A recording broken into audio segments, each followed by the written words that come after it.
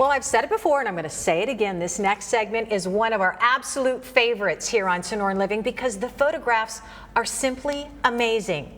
Oh yeah, we like Robert Steve too. Well, you know, I'm the guy who carries them in. He's the editor-in-chief of Arizona Highways magazine, and the September issue is going to be awesome because it's all about the photographers from the early years, and we've just been having this huge long conversation about them. So this is fascinating. You know all the stories behind them. So who did this cover? This is a guy named Alan Reed, who was one of our longtime photographers. You know, you're kind enough to have us in to show you all these photos, but it's something every month, but it's something we've been doing for a long time, right?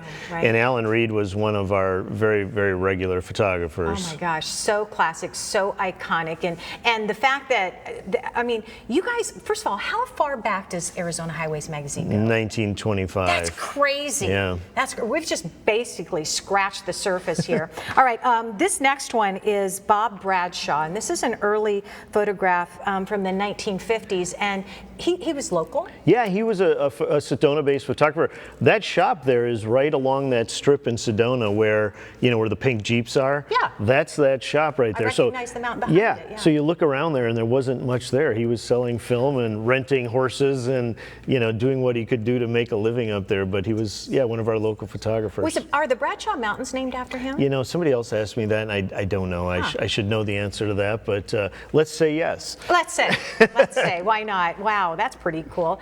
All right, classic and iconic Ansel Adams. This is, you say, his very first one that was ever published in the magazine? Yeah, you know, we had a long history with him, and as you notice, it's in color, right? So yes, I was kind of surprised about that. Best known for his black and white stuff, and you know, he wasn't Ansel Adams back when he started with us. I mean, he hadn't reached the level of fame that he ultimately acquired, but you know, he wanted to publish some color stuff instead of black and white, so he called our editor, and the long relationship began. Did he do that often?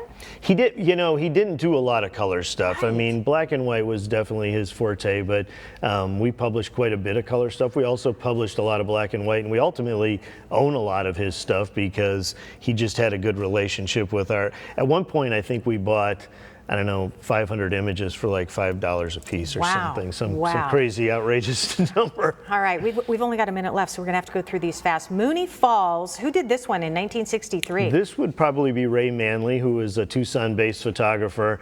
Used him a lot. He became pretty world famous, actually, shooting for National Geographic and a lot of other magazines. I love this next one, too. This one is near Tucson. Oh, and that...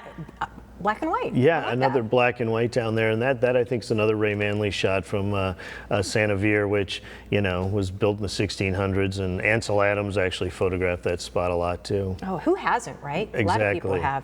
Oh, this is gorgeous. Monument Valley, 1957. Looks the same. Yeah, you know, honestly, that's a great point, Terry. You know, it's great looking back through these old issues and seeing that, you know, the photographers sort of were drawn to the same places. Right? 80 years ago that they go to now. It's probably hard to know what year they were actually taken anymore because they're so old. Now, tell me about this one. Yeah, this was Esther Henderson. She was actually the first photograph we ever bought was from a woman named Esther Henderson, and she was also based down in Tucson, and she tells the story about what it took to get the shot. This was right at the South Rim, right by Verkamp's trading post there, not far from El Tovar, and you know, getting that horse to walk out there and trying to get the right weather, all that stuff. What's just as fun as looking at the photographs is hearing the stories behind them. So thank you, Robert. Appreciate that, of course. And you can always find a copy of your very own issue of Arizona Highways magazine on newsstands right now.